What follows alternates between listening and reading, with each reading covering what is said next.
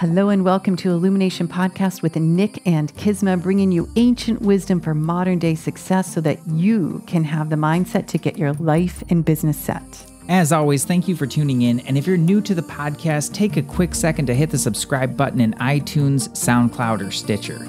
If you want to get the inside info for this and every episode, as well as some free gifts, go to illuminationacademy.net/podcasts. And now let's dive in to get your mindset for your life and business set.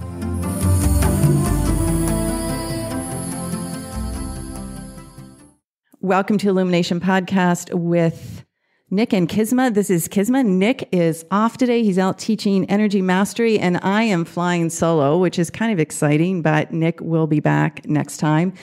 And as I mentioned before, oftentimes the tech work makes me a little nervous. So he set it all up. Very grateful to him. And the reason that I am doing this without Nick is it's the one time that a very, very special human could be on the show. And I didn't want to miss this opportunity. And our guest today is Chris Winfield. Chris is, he is a super connector. And as far as I'm concerned, he's like a super conductor of positivity. He's known as the media matchmaker. He's also the creator of an experience that is called the Unfair Advantage, which I've been to twice, and I highly recommend. Chris is a columnist for Time, Business Insider, Inc., and an editor at large for Thrive Global. So, Chris, welcome. Thank you for being here. My pleasure. I always love talking to you. Well, it's so funny because the first time I saw you speak was almost a year ago. I don't know if you remember the 90-day year with Todd Herman. I know Todd's a good friend of yours. He's a dear mentor of mine. And you walked on stage holding a can of Red Bull and you had like jeans on and you had like kind of a cool t-shirt and a hoodie and you just laid it down. And then you made fun of our friend Matthew Kimberly's British accent, which at that moment I was like, I am forever going to follow this guy. I don't know who he is and where he came from, but he's awesome. So I don't know if you remember that, but it was such a great. Of course I do. I love everything. So Todd is, as you mentioned, is a really close friend of mine, and that I'd helped him a lot with just I wanted to have him make that event so special. And, my thing is like, if I'm going to show up for something, I want to completely show up in whatever way.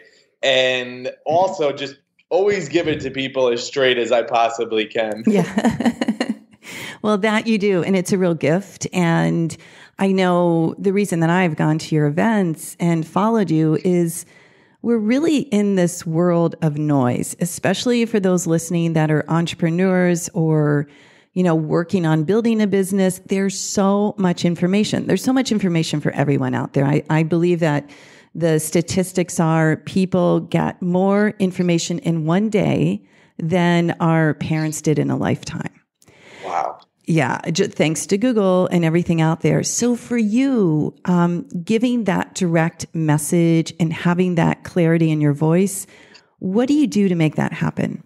Well, I think it comes from trying to always put myself in someone else's shoes, so to speak. So it's interesting because I think one of the things that we connect so much on is listening to our own intuition and, something. For me, that means something greater than me. And also, like, I feel like I always know, or like God, the universe, like always knows what's right for me. And so oftentimes, honestly, all I'm doing is asking people questions that they already know the answers to. Mm-hmm. And oftentimes, so not always, but many times it just comes across as being very specific. I'm just asking people to answer their own questions. And often the reason I do that is just like you were talking about, that there's so much information. But when we get into like the entrepreneur space, the online space, the coaching space, the expert space, there's so much, especially because of Facebook, Instagram, courses, all these things. Right. There's so much information and there's so many people thinking they have to do things a certain way because somebody else is. And that is just something that I feel like it's part of my mission, is to help people get back in tune with what they know is right for them. And I think that that's what I'm constantly looking to do, is just bring it back. And because I never want people, I lived a lot of my life doing things that didn't make me happy because I wanted it to be how it appeared on the outside or whatever. So my goal is to have as few people as possible, or as many as I can help, to not live that way. I think it keeps coming back to that for me. I love that. It's like a force fit. And, what I see being an entrepreneur and I've been doing something, selling something, teaching something since I was 14 years old. There are these boxes that people will say, you've got to fit in this, you've got to do this system, you've got to coach like this or train like this. And it's almost soul crushing. I know that there's relevant and excellent information out there. Yet what you describe is this ability to get to that divine spark inside of each person so that whatever they're doing, they have their own flavor to it. Does that make sense? I think part of it is just giving people permission to listen to themselves and listen to what's right for them, and that's really what it comes down to. And when I say permission, it's not saying that I'm the one who needs to give you permission, because who the hell am I? But it's more about that if somebody looks at me as like somebody who has influence or whatever, like I want to give that back to them to say like, all right, it's not about like what I think is right for you. I'll have my opinions, but it's more about oftentimes what is really right, what feels right. Because the thing that I've found is that the more I'm in touch and in tune with what's right, what's good for me overall, the easier everything else is. The more I'm in flow, the happier I am. The happier I am, the more I'm in flow, the more money I'm going to make, the more people I'm going to help, the more. And, my goal, it's really simple each day, is to just help one person. That's it. Like, hopefully each day I can help more. But that's the way I'm always thinking, is like, all right, I just want to help one person today. That's my goal in the morning. And the reason for that is because even if I'm just helping one person, make one person's life a little bit better, give them a little bit more clarity, I know that I am going to exponentially reach a whole bunch of other people, because I'm really there's one of my favorite quotes is the Jim Rohn quote where it says, you're the average of the 5 people you spend the most time with. So my thinking is, if I'm able to help one person, I know that they're going to be helping at least 5, not even directly. It can be indirectly, because like if I make somebody a little bit happier, a little bit better, a little bit more sure, a little bit more confident, whatever, that's going to rub off. And the same exact way, the inverse works as well. And there's a lot of people who are like, I want to ruin somebody's day today. And, so it's, for me, that's it, and then I know they're going to be a little bit nicer. They're going to be and that's like the thing that I absolutely just love so much. That's great. That's so beautiful. It's the ripple effect, right? And what you describe is such a spiritually sound teaching and belief. It's like when we look to serve, when we look to give, it's just your field expands, the flow of energy, whether it's money or positivity or whatever opens up. And I think, again, when we look out at the world of, people building businesses, entrepreneurs, companies, corporate, whatever, there's a lot of what's in it for me and what am I going to get today? And that is such a squasher, I think, to the human spirit and to one's prosperity.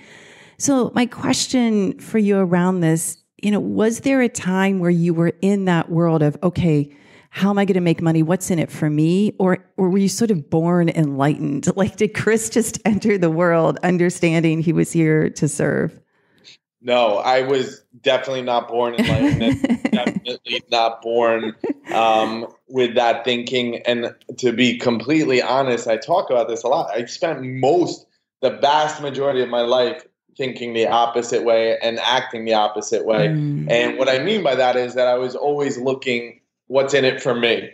And I was always so concerned about how things looked on the outside, and always so concerned about, what people thought of me and everything. So, and it really took, and I think as you've seen, I'm sure in your life and people you've worked with, like, many times spiritual growth comes from there's a saying that the touchstone for all spiritual growth is pain. And I don't know if it's all spiritual growth, but because there's other ways. But for me, it's been a lot of times that I have to get in enough pain. This is much less so now, but this was the case for me for most of my life, where in order to change, that I needed to be in, or something had to happen. And one of the big thing that happened to me about 5 years ago was a company that I'd started maybe about 8 years ago. And it was around 3 years old at that time. I was one of the co-founders of this company. It had grown to like 100 people, and it looked really good on the outside. Everything looked really perfect, and it was a complete mess on the inside. And very similar to me, in it was like a perfect analogy. And that company just like completely imploded almost exactly 5 years ago. Wow. And I lost pretty much all my money, and like all these, like publicly, all these things just happened. And it was like if I had said, all right, Kisma, here's all the worst things that can happen to me in business, they all pretty much happened. And it was one of those things where it was just like, it didn't feel like it at the time. And this is what often happens, but it was one of the best things that ever happened to me because it forced me to just reevaluate my entire life. And, I had this moment, I can share this story with you, but I had this moment where it was like a Saturday afternoon.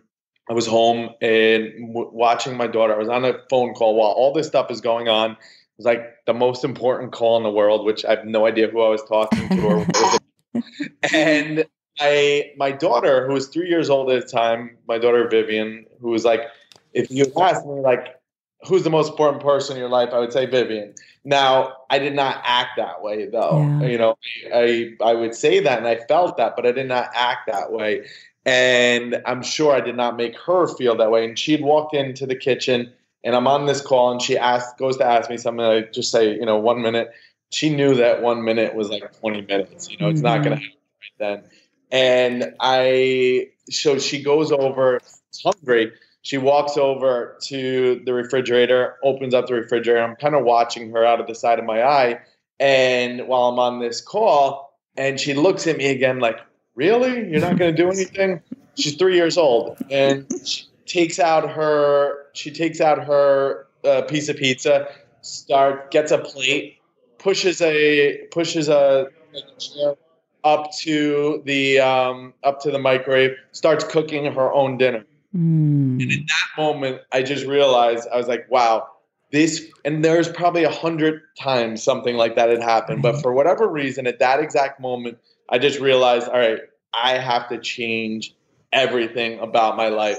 And it just was one of those things. I always say, like, some people have like a burning bush moment or a white light experience. Mine was a piece of pizza, And I started to change, and I focused on becoming a much healthier person, but I also focused so much on connecting and giving. And you mentioned like Unfair Advantage, which we were just both at last week. And that event, which is, people think it's around the media and growing their media presence, everything, but it's really about connecting and figuring out how you can create win-win partnerships in all aspects of your life. And that was born out of like at that moment, one of the things that I said I was going to start doing and made a promise, and I'm very good about keeping myself accountable, but I said I'm going to start meeting with somebody every single day for, every day, no matter what. And there's only two rules. I have to, meet with somebody each day. The first rule was be honest and open and vulnerable about wherever you're at, and don't try to hide behind being perfect or anything like that. That was the first rule. The second rule was don't go in it looking for anything for yourself. And everything started to center around this question, which I start everything I do out with. And the question is, what do you need help with right now? Now, I never ask somebody that directly, but that's what I'm always trying to figure out. What do you need help with right now? Oh, that's so good. This whole story gives me the chills because I think when there's another human involved, and especially a child, and we have this, revelation and realization like, holy cow, something is upside down and I better get it right side up fast. Just a further question about this. So the business went sideways. Money was lost. I'm sure there were people that you had trusted probably that you realized you couldn't. There was that defining moment. I got that, like, okay, things have to change. Then what did you do? Did you hibernate? Did you like go to a spa? Did you climb a mountain? Like, what was the trek back up?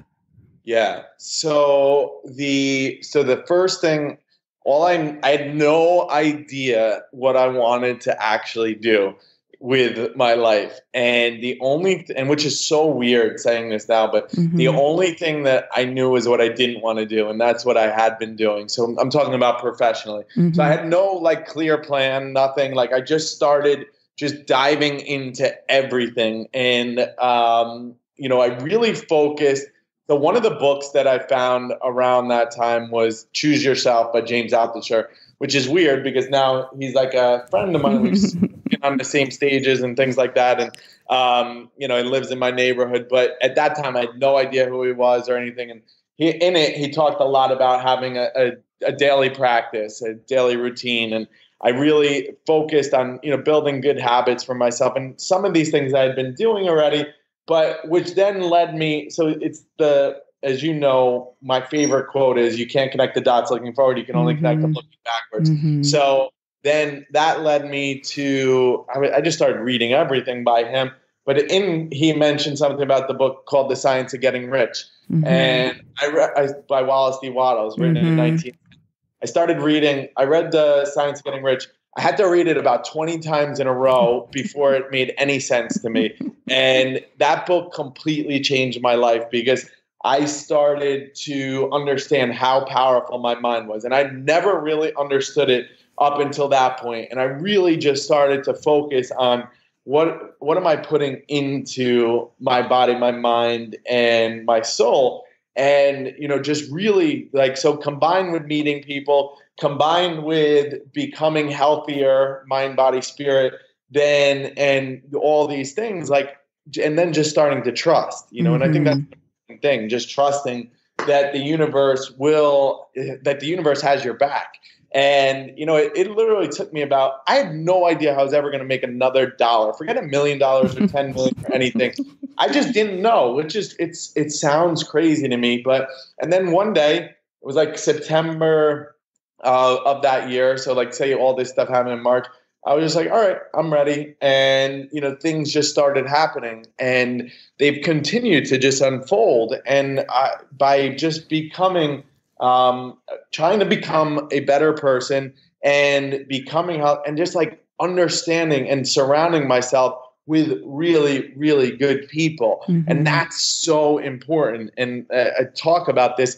And it's funny because it all kind of converges in what I do now. I didn't know that at the time. You have to just be able to trust. And I think that that's an important thing for people to understand because sometimes it seems really hard to want to trust anything, especially if things aren't going well for you or you're in a valley of your life. But it's so important to just be able to just, keep moving forward and having that faith and that trust and that hope. Oh, yeah. I so love that. And Wallace Wattles, I mean, those books written back then, the energy was so different. I'm a big fan of Florence Scovel Shinn and Catherine Ponder. My favorite. Right? Yeah. It's just and once, we're not taught this in schools. No one tells except for the evolved parents, but no one's telling our kindergartners or first graders, hey, there actually is this substance that makes up the universe and it's in you too. And you don't have to be in a box and there's enough for everyone. It's just such a different message. And I do feel like we're trying to get back there. And there are some interruptions, as we can see on the planet, in our country and other countries. And what I love about you is you have this positivity. I mean, I'm pretty positive, but you way out positive me. It's really astounding. So, the work, the reading, definitely I see this chunk of time where you went inward, the introspection. So what is your daily routine aside from serving a person every day? What else do you do to stay in that positive track?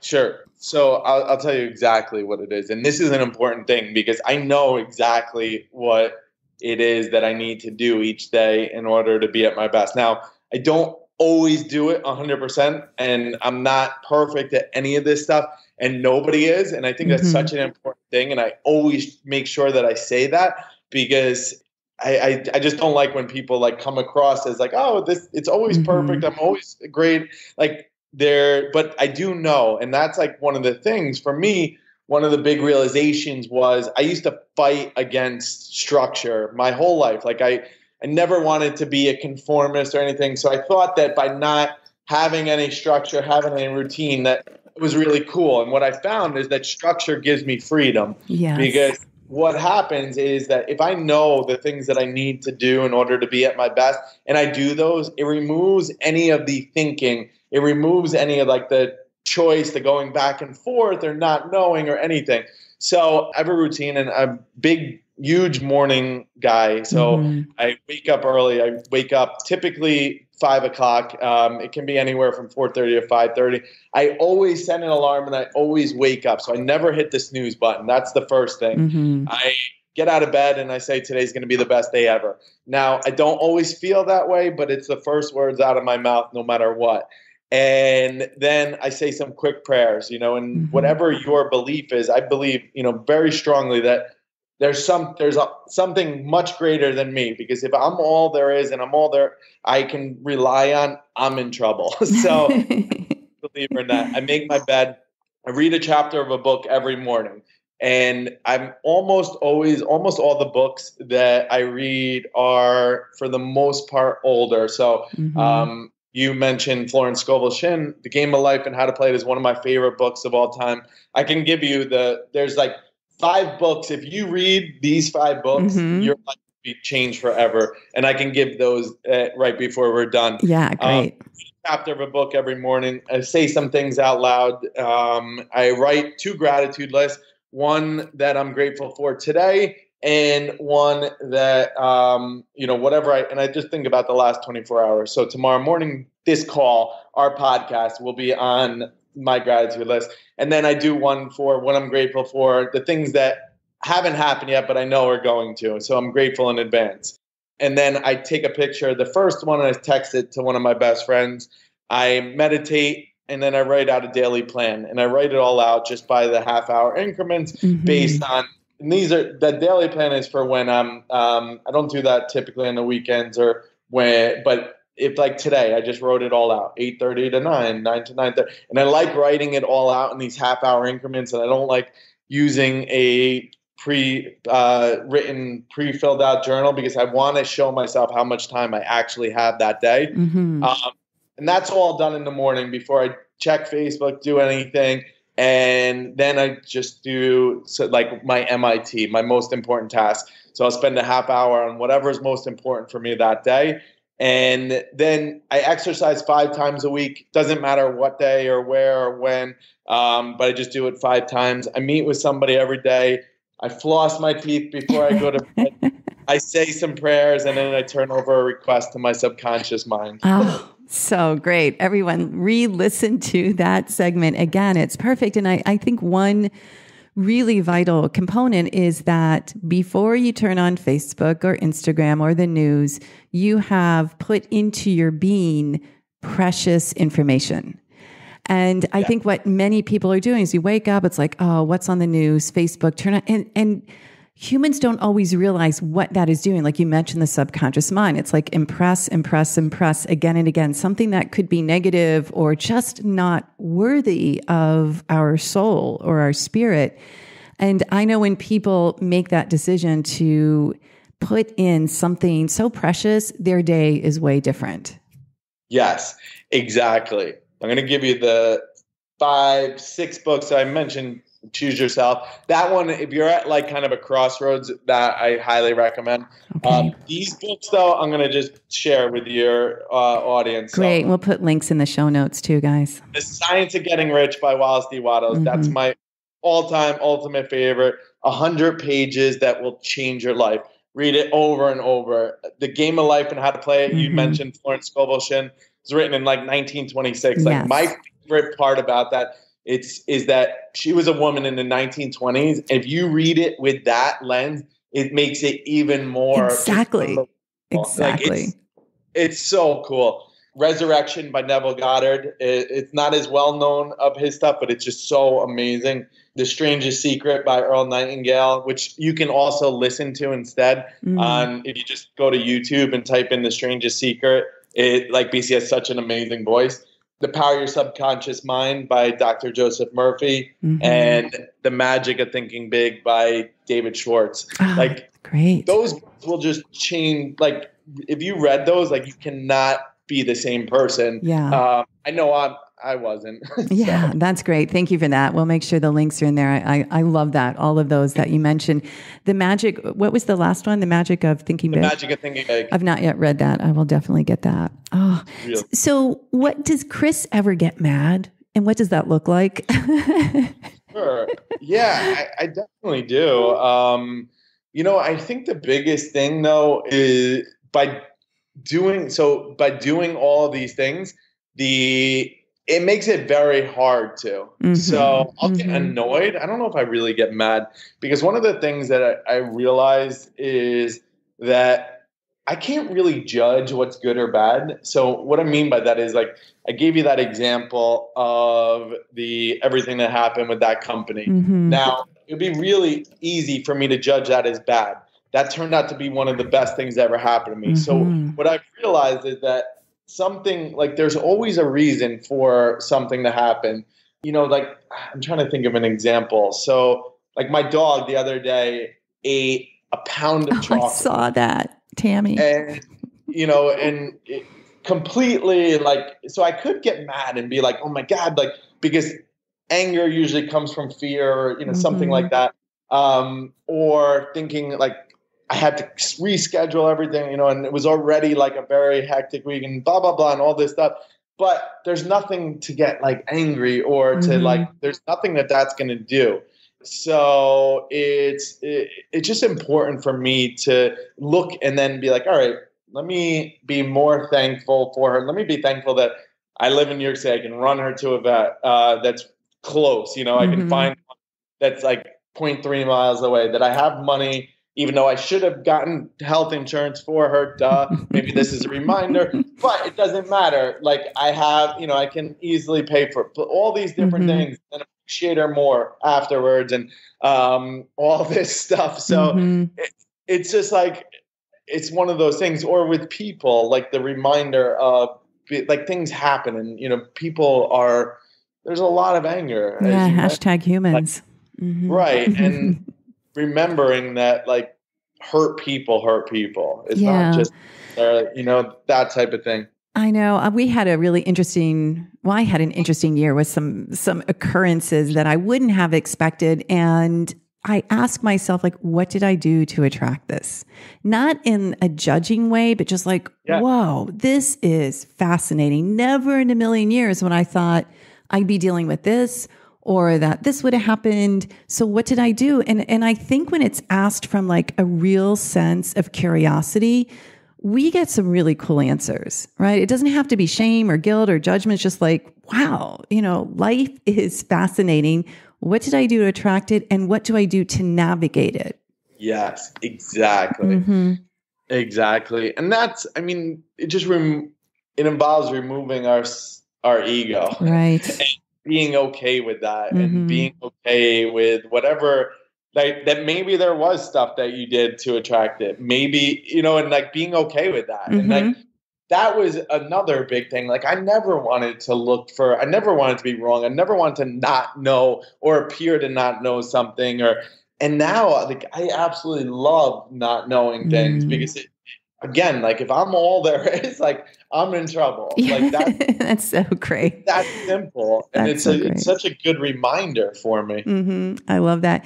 I'm glad you mentioned too earlier about sometimes the breakthrough will come from a situation that is painful. I often look at the struggle. I know there's a lot of teachers out there like ease and flow.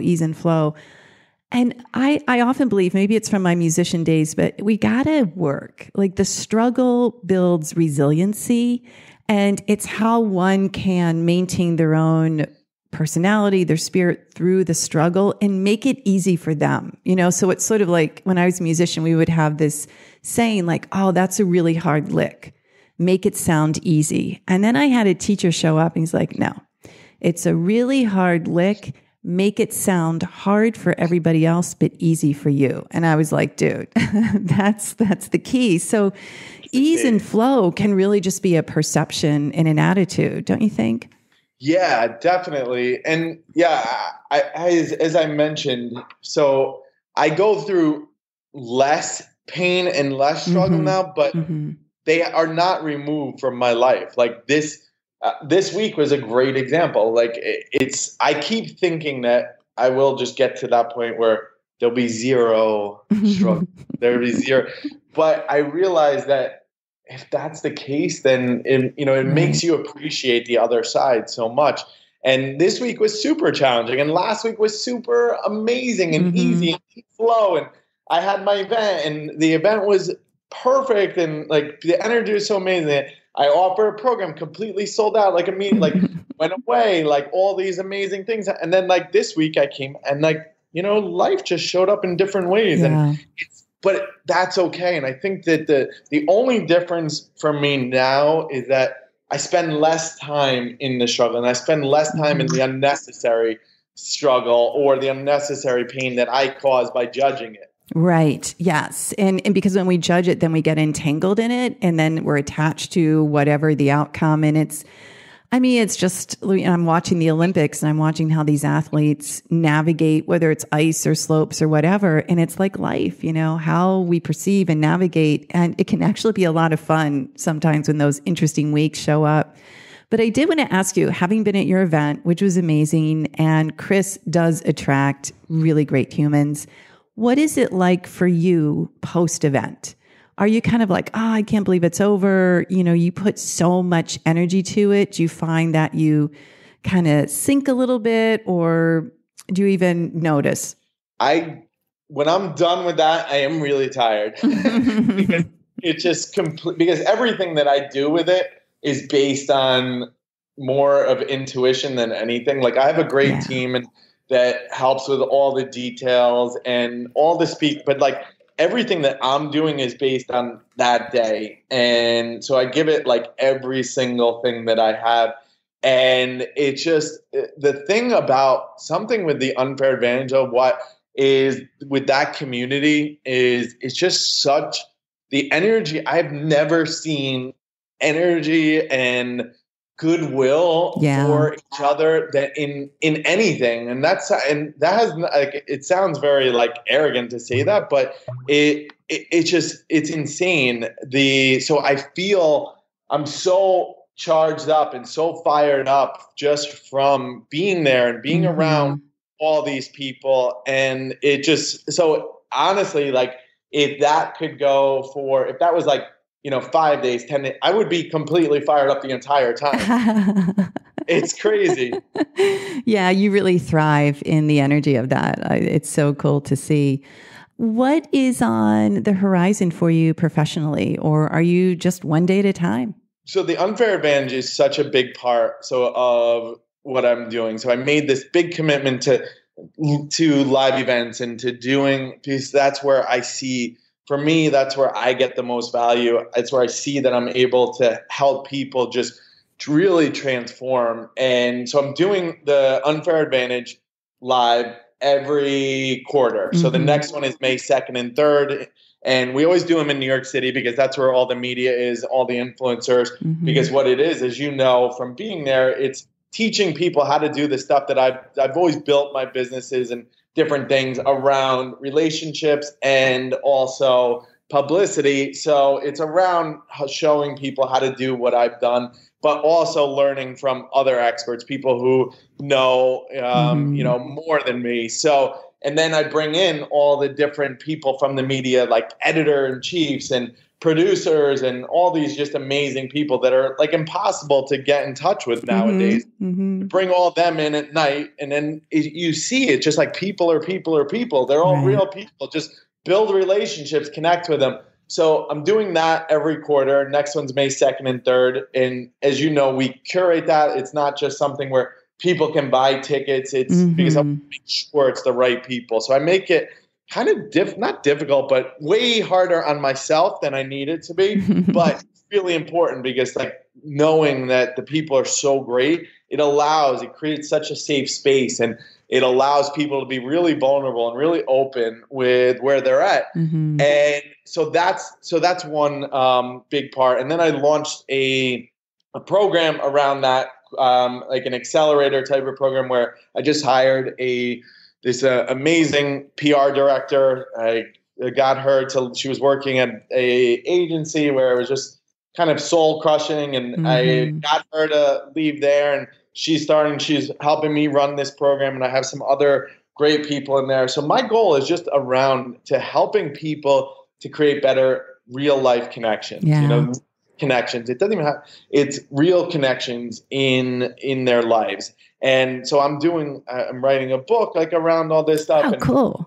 Yeah. Doing constantly doing like interviews on TV. I left to do an NBC News interview in the middle of my event the other day. I want to just get people to connect more and to create more real connections. Yeah. I refer to you to people that don't know you. I say he's like this omnipresent entrepreneur. Like you are everywhere. He's on TV. He's like on Facebook. He's writing articles. He's doing live events.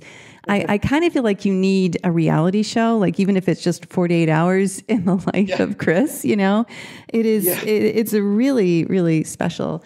There was something I wanted to ask, because you have this beautiful daughter, Vivian. Is that correct? Yes, is that her? Oh, Vivian. I saw her face and it's just like so sweet. And we're recording this podcast after a very interesting time, as we're seeing some excruciatingly unfortunate situations in our country with schools and guns. And my daughter's 23, and what I've always appreciated about you always ask, how's your daughter? And you connected me to someone to help me get her a flat in New York City when she started Columbia. For you, being a father of a younger child, what's it feel like? I mean, what are the conversations you're having with her or her teachers? Or are you just determined to be like, she's safe, she's protected? Yeah. And whether that's, people could think of that as being ignorant, but I try to focus on what can I do to make a difference? And, focusing on like trying to like sit her down and have a conversation that would scare her is not going to make the right difference in her life. And so for me, it's really important. Like I always believe, and this can be completely, I just don't believe in like trying to have that conversation around that's going to scare her. And, for her, because there's nothing that's going to do that I can do other than try to make changes. And where I can make the biggest change and where she can make the biggest change is by trying to do what we do best in terms of connecting people, in terms of trying to have, create better communication. And that's not going to remove guns from the world. I get that. But what it can do is, for me, is being able to help people. I think about like, where does a lot of this stuff come from? Is like people being in so much pain and torment. And, whether it's like from the mental health side or whether it's from being bullied or disenfranchised or whatever. But, I just look back at my own, child, and I think about that. And, so that's like it's so much about trying to make sure that you can be a better person, and, try to raise up the people around you. And, then outside of that, then I can do whatever I think is going to have the biggest impact, whether that's with money, whether that's with connecting people or, but that's kind of how it is. Yeah, that's great. I love that approach, and lead by example, which you do for her. I know. I think, I remember one of my trips to India, Swami Parthasarathi is a great teacher of mine, and people started asking about children, and he's like, stop asking your kids questions and just lead by example. And I was like, oh, that's so good. And I came home from that trip, and Zoe was like, she was maybe 13, and I picked her up from school, and I so wanted to be like, who'd you eat lunch with? What was class like? Da, da, da. And I just shut my mouth. And I kept driving, and 5 minutes in, she's like, "So Mom, how was your day?" And I was like, "It works."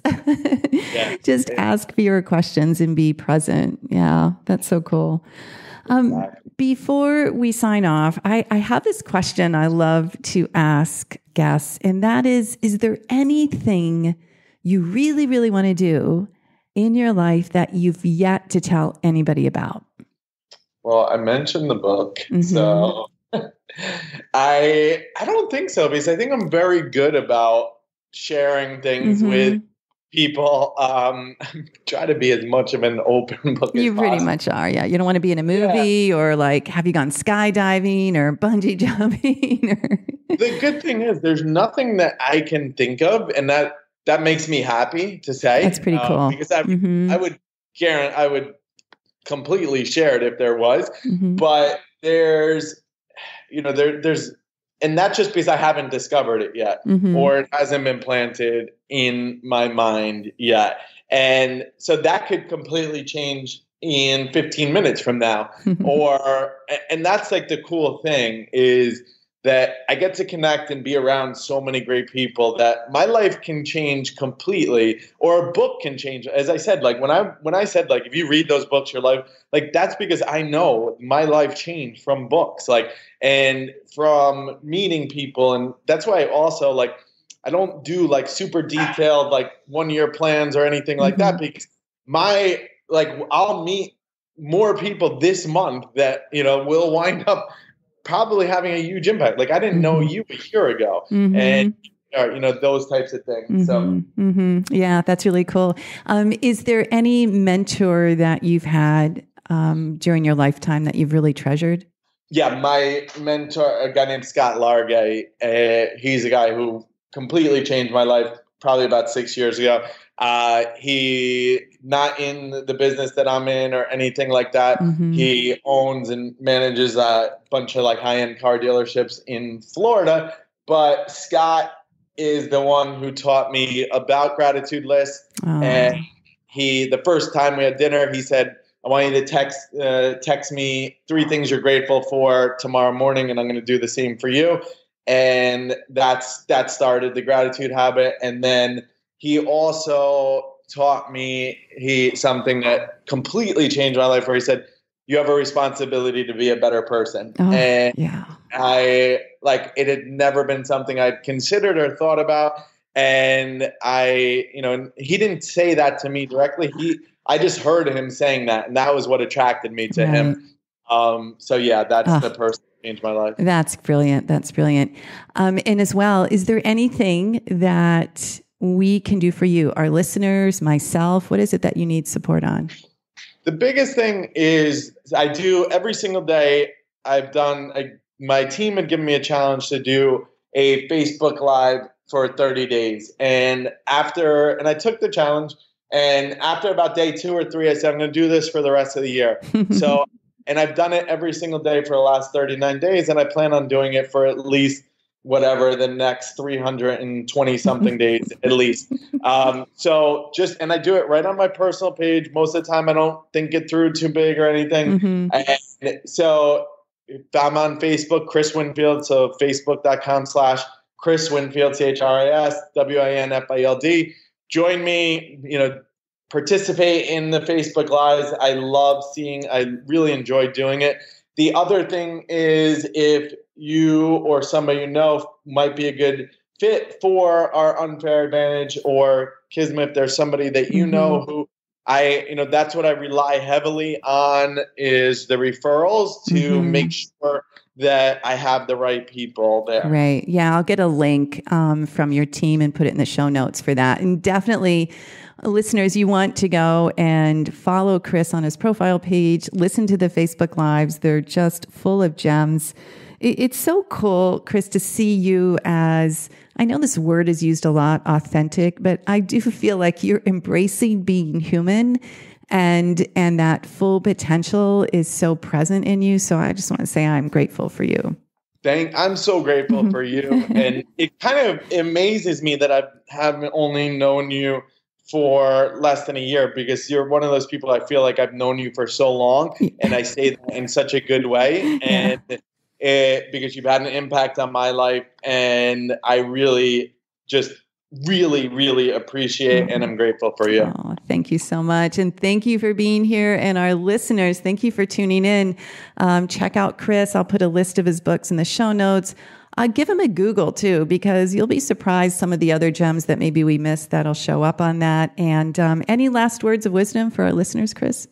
I would just say, just try to be true to yourself. Mm-hmm. And I know that sounds corny, but I think that it's such an important thing. And just my biggest lesson from 2017 was trust my intuition. And it's been something I've really carried over into this year. And it comes up many times a week for me in different things, and just like trust that feeling in your gut, that feeling in your heart where you know something's right or wrong. I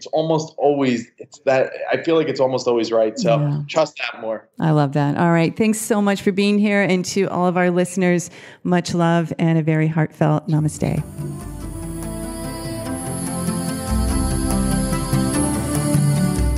Hey, thanks for jamming with us today. And if you enjoy Illumination Podcast, please go ahead and share it with someone you love. Give us a rating, review, download our podcast. And remember, you can find us at illuminationacademy.net/podcasts. Talk to you soon. Namaste.